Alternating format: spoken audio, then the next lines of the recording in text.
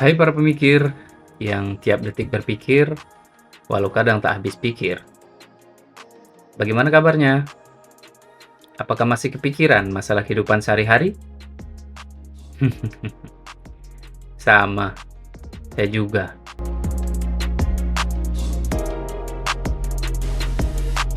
Hari ini kita akan membahas apa? Hari ini kita akan membahas apa? Loh, belum di briefing nih. Oke. Pernahkah Anda mencoba menghitung berapa jumlah pori-pori yang ada di kulit Anda? Belum? It's okay, karena kita tidak akan membahas hal itu.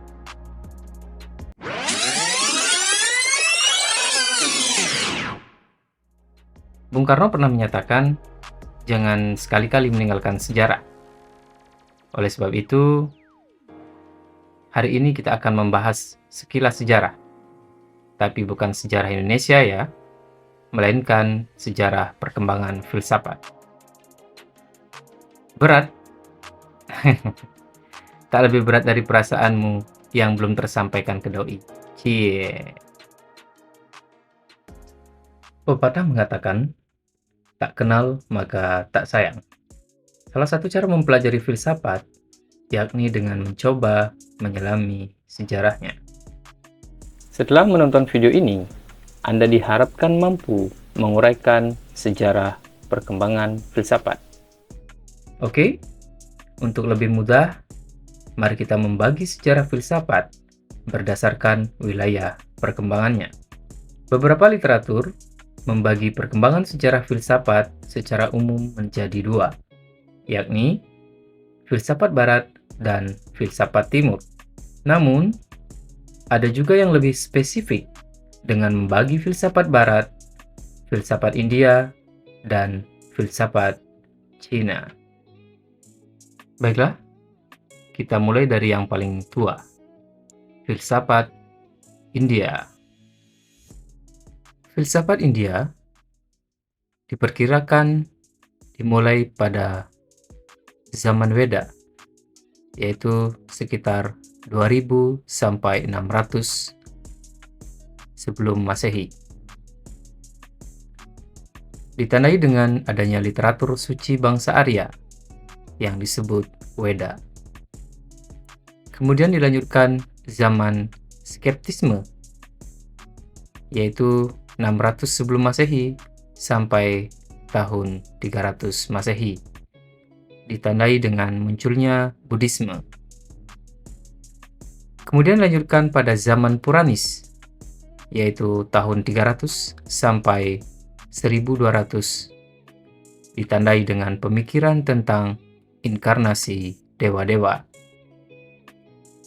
Lalu, pada zaman Muslim, yakni 1200 sampai 1757, ditandai munculnya pemikiran bahwa agama universal.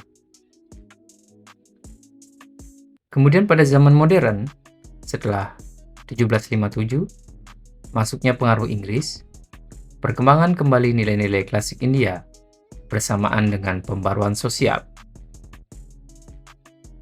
Adapun tokoh yang terkenal, beberapa di antaranya yakni Raja Ram Mohan Roy, Vivekananda, Gandhi, dan Rabindranath Tagore.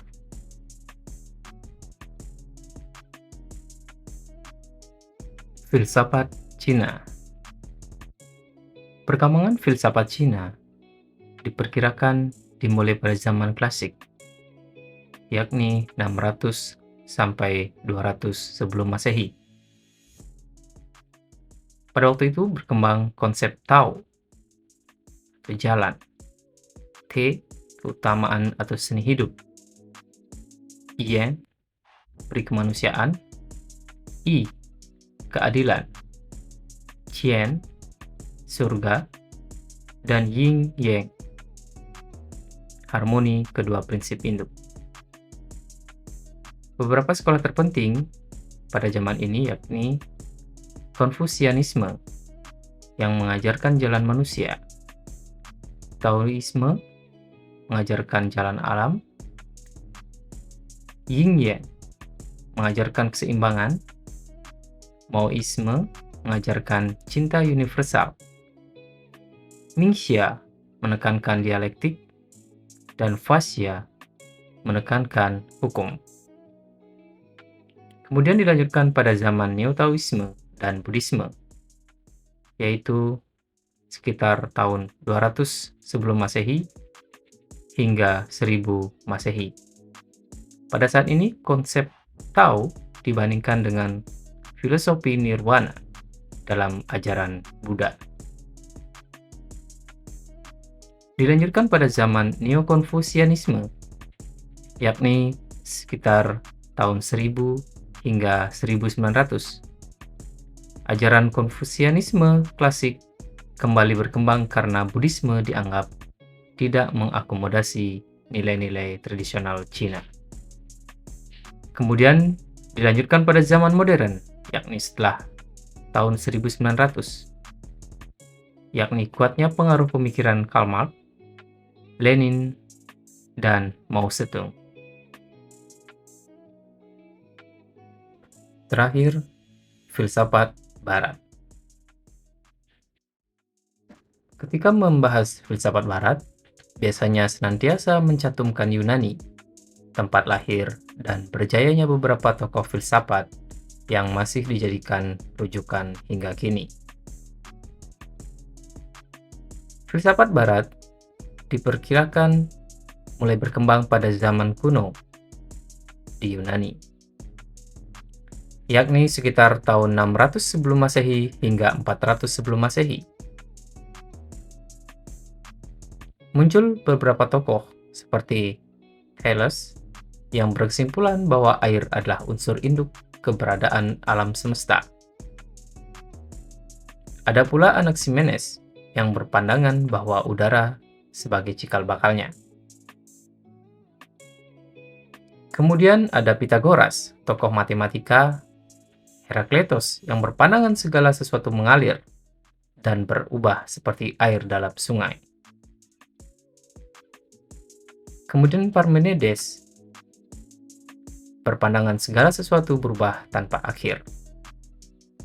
Puncak zaman klasik itu ditandai dengan lahirnya beberapa tokoh terkenal hingga sekarang, seperti Socrates, Plato, dan Aristoteles. Zaman patristik dan skolastik, yakni 400 sebelum Masehi hingga 1500 Masehi. Pada zaman ini, filsafat Kristiani mendominasi. Pada zaman patristik, didominasi pemikiran bapak-bapak gereja. Kemudian pada zaman skolastik, filsafat mulai diajarkan di sekolah-sekolah. Zaman modern, 1500 sampai 1800. Zaman ini ditandai dengan kemunculan zaman Renaissance atau kebangkitan kembali. Pada zaman ini ditekankan kemungkinan akal budi manusia, penyusunan sistem filsafat dengan metode matematika, kemudian ada juga zaman Fajar Budi atau Enlightenment atau Aufklärung atau zaman pencerahan. Ada pula zaman romantik, yakni munculnya idealisme. Dilanjutkan pada zaman sekarang. Setelah tahun 1800, munculnya aliran positivisme, marxisme, eksistensialisme, pragmatisme, neokantisme, neotomisme, dan fenomenologi. Demikianlah secara singkat sejarah perkembangan filsafat. Semoga bermanfaat. Sampai jumpa di lain kesempatan.